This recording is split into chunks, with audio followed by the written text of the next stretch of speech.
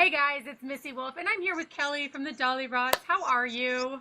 I am good. I am so excited to be talking to you officially now. I know we've talked, a little bit, but okay, so before we get started, I know everybody is going to be like, who are you? What are you doing?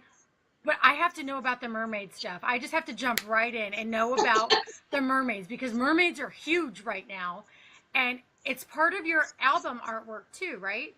Yeah, I actually here the See that? cover. I love it. She's a I love that. mermaid. Ooh, Yeah. I'm really bad at doing that, like center on the camera thing. It's all good. It's all good.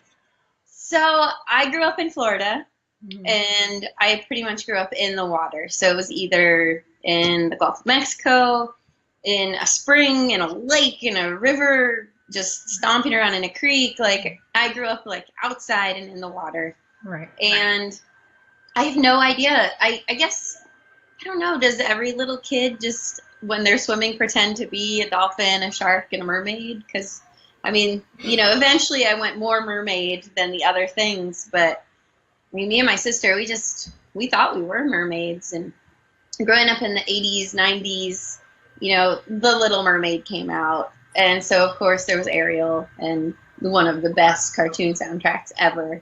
And so, I mean, I think that probably lends a little bit to it. The ironic thing is there's this place called Wikiwachi here, not too far from where I grew up, and it's a natural spring, but they have real mermaids. Wow. And I've never been there. Okay. So, Well, you got to go. well, we want to make a video there. That's my Aha. plan. Yeah. Okay. Okay. Well, my daughter's obsessed with mermaids too, and I have a friend who I I met. Her husband was an opening act for somebody I was going to be, videotaping, and she is very into mermaids, and she has a business now where she dresses like a mermaid, and for kids' birthday parties and stuff. But they make these realistic, lifelike suits now, and I'm like, Well, I want one. I will put you in touch with my Nicole Mermaid girl, because she is just fabulous, and it's such a huge thing. And now they have the Mermaid Project that's going on and stuff. But back to you guys. I I don't know. I don't know what it's like for you to do music while having such a young family. You have two kids. You've never stopped. You just keep going and writing and singing and performing for everyone. So what is that like for you? It's we keep using the word mayhem when we describe why we're like just kind of crazy. Like, luckily, our kids, we have a 3-year old and we have a 3-month old. And, the 3-year old, he's been touring since he was 3 months old. We went to South by Southwest when he was 3 months old. And he took to it, as I think any kid would. I think, Mhm. whatever your life is, that's kind of what you adapt to. And so if we pass an airport, he wants to get on the plane. Like he'll have a tantrum if I'm like, oh, it's not us. Or if we go to pick someone up from the airport and he's not leaving, meltdown. And so, unfortunately, the kid has like the travel bug. But he's met so many people and he's been so many places. Been to England twice, and Wow. so yeah, it's been a really really cool experience. Now with two, I have no idea. We figure we're gonna do this while she can't walk, and then then we're gonna have to reassess kind of what the like that 3-year plan will be. But I mean, so far it's just been a dream. We did the whole tour of the country in a van and sleep on floors, and be absolutely crazy out of our minds for a long enough. And so it got kind of boring, and we're done with that. And Lewis and I have been together since we were practically kids, so we always wanted to have a family. It was just a matter of when. Mhm. So figured why not try and do everything. And so we're just trying, and so far it's working really well. So Well, that's good. And I know you have great family support, which yeah. is crucial, I think, for anyone in this industry, and support from friends as well, because, I mean, you know, everybody who's watching knows because they've heard it a million times because I talk about it all the time. the music industry is difficult, and you have to work so hard, and you have to develop a thick skin, because the door isn't always going to open, and it's not always going to be a yes, and you're going to be challenged and all of that. So how did you personally figure out how to handle that? Because I don't think that I ever could. I think that would be difficult. I mean, doing what I do, I get rejected enough. I don't know. You know what I mean? Like, when I ask for an interview and I don't get it, it makes me want to cry sometimes. Yeah. I think part of it is just understanding that it's almost like winning the lottery. Like, we have to be in the right place at the right time with the stars aligned, and it being like this magical week in our personal life, and then everything just like boom, like happens. And it's only happened like that a couple of times for us, but that's all it's really taken in order for us to maintain a fan base and tour and do what we do. And so as much as we have incredible family support and really good friends, we have a core audience that they really believe in us, and they've grown up with us, and they absolutely support everything we do. Like, they bought this album before they heard a note, before we had written a note, and we were even wondering if we could possibly do this. And so we've had so much support along the way, and so many people believe in us. And a big part of why I think we're still doing it is because Lewis and I are a unit in every single way, and completely codependent and weird and happy as can be, and it's disgusting and awesome. And so I think that's probably been the biggest like bonus to everything, is that we have each other in this. And even though that does mean when it's really bad, it's really bad, like in every single way. And every album is a cycle. It's a roller coaster. And there's like, this album comes out to our pledgers in a few days. And so we're going to start this like trek upward, and we're going to have this awesome tour, and everybody's going to love the album, and we're going to make Billboard again. I can feel it.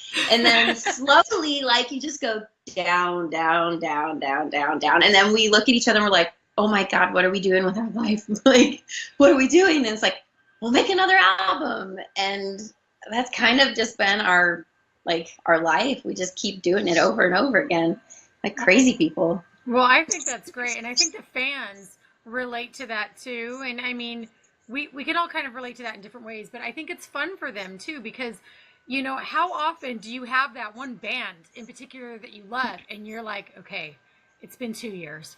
Where's that next album? I need to go to a tour. I got to get my fix.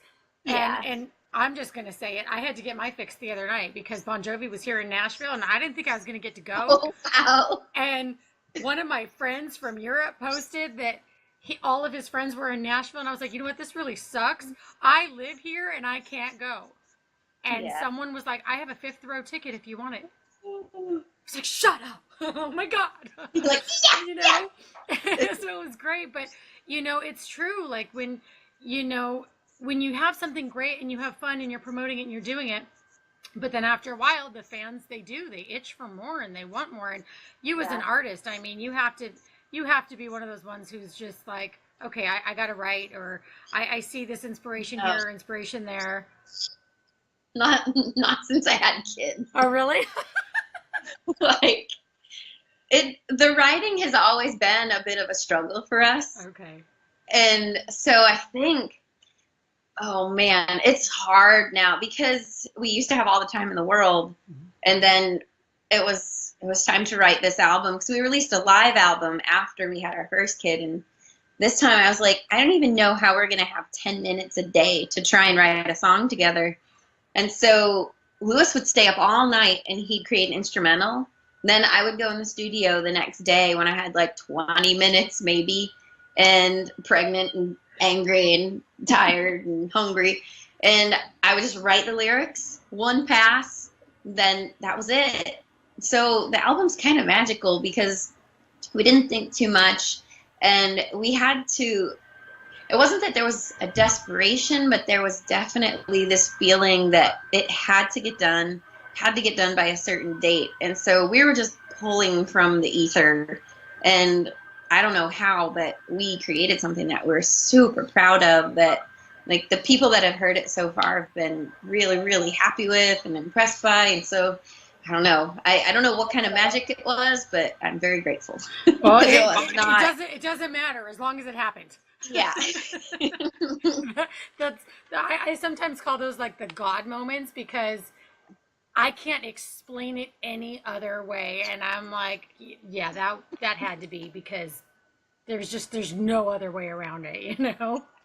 Like we listened back to it a few days ago because we got the CDs and we had to make sure they work. And it's like, I don't remember these words coming out of me. And it's awesome. It's such a cool experience. And I think there was always a little bit of that, but it was more like we'd get a bottle of wine and drink the whole thing. And then we'd write all night. And then the next morning we'd be like, oh, that was good, or that's crap, let's do it again. And it's not like that now. Well, your song, Pack of Smokes, oh my gosh.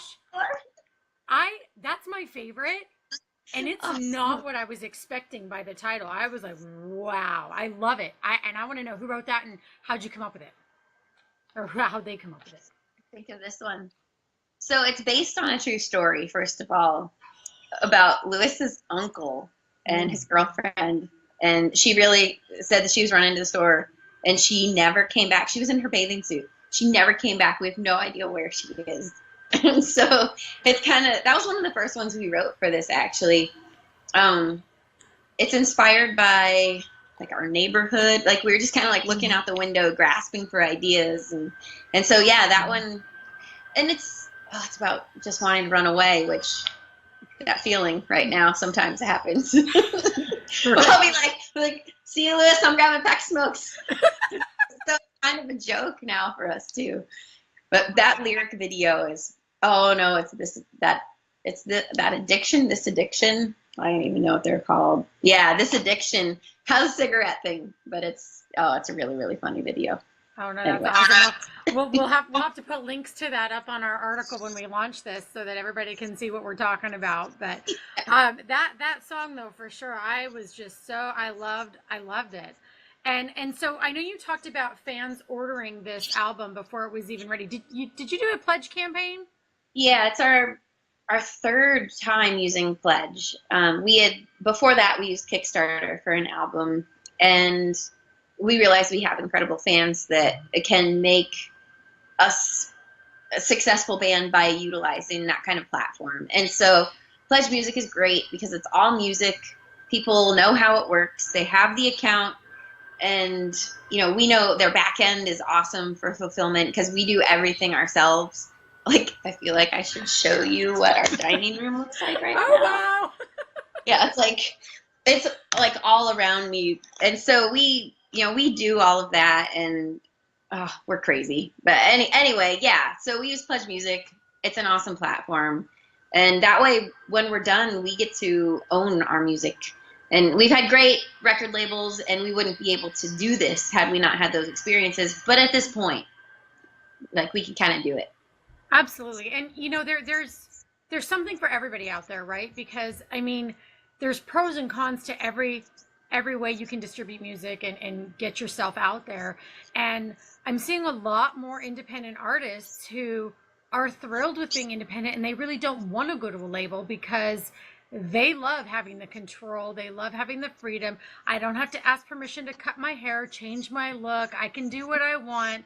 I'm not being told that, no, this isn't acceptable.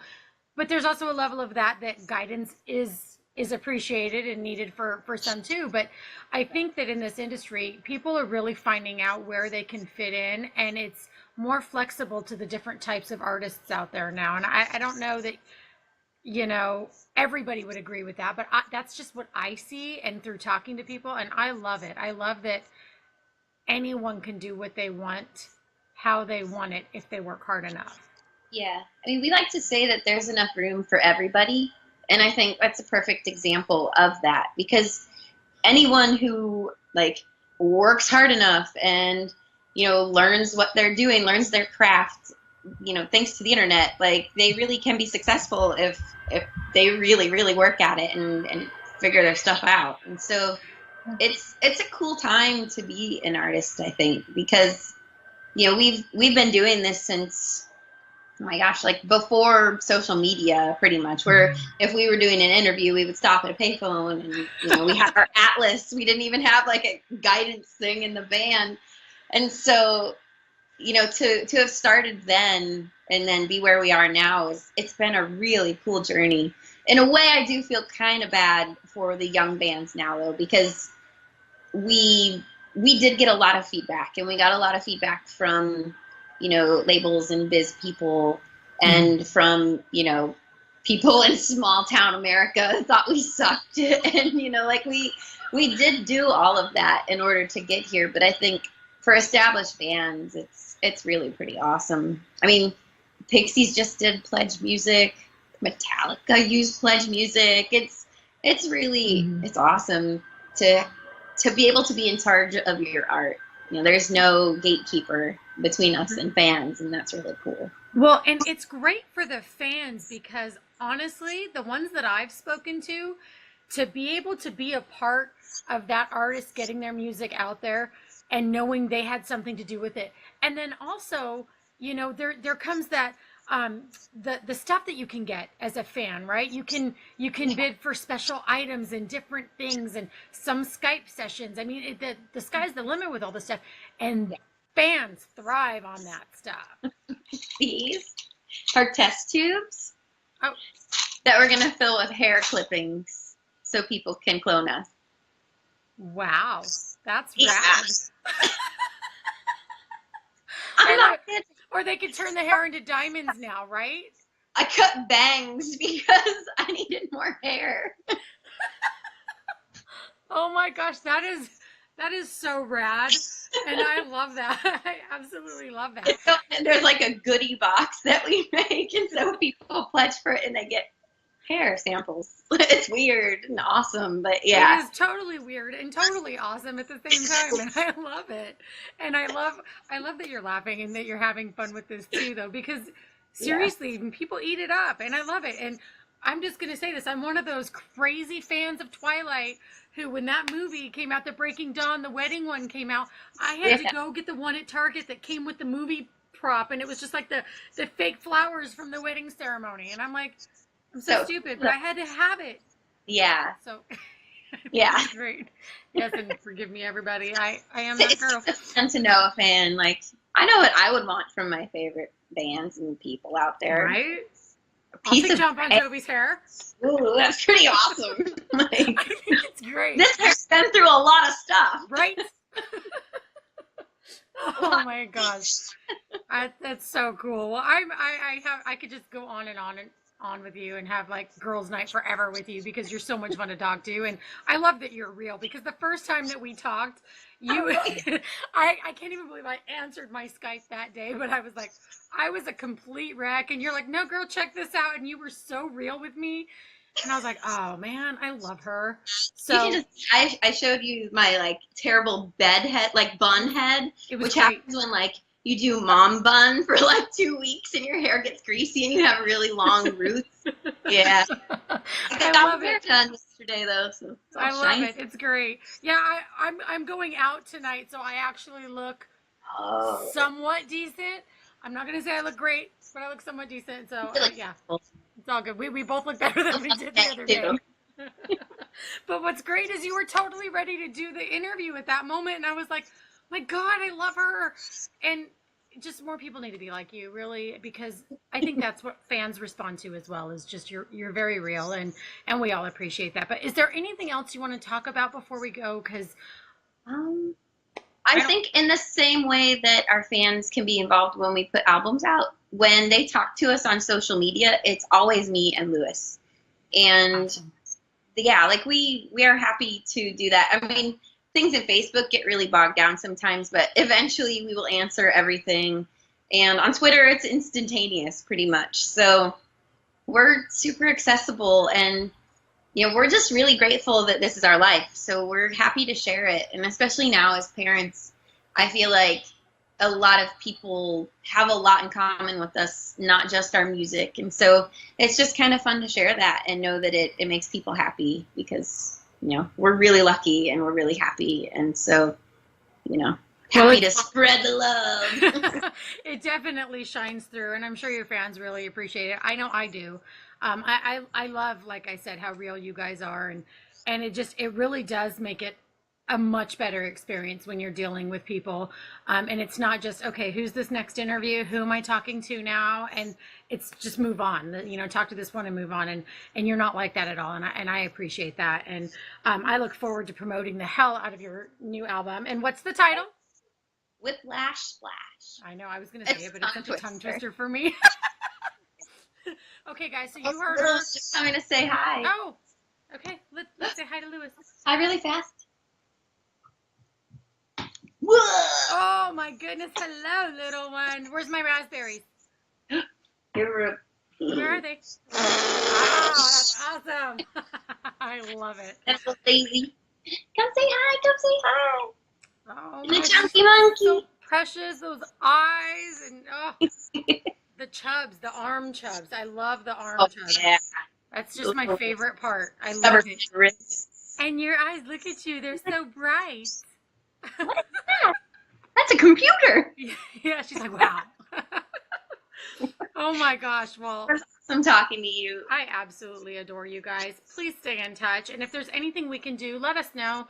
But we're going to promote the hell out of you. I just absolutely love it. I love your entire CD or album. I don't know what people call it these days.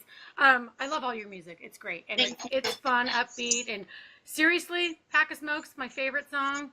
I feel bad for the uncle, but I love that song. He moved on. He's okay. Okay. Well, I love that song. He's better. All right. Well, you guys have a good rest of your night. We'll talk soon. Have a good night. Bye. Bye. You too. Bye. Oh, look at that baby. I love that baby. Love her.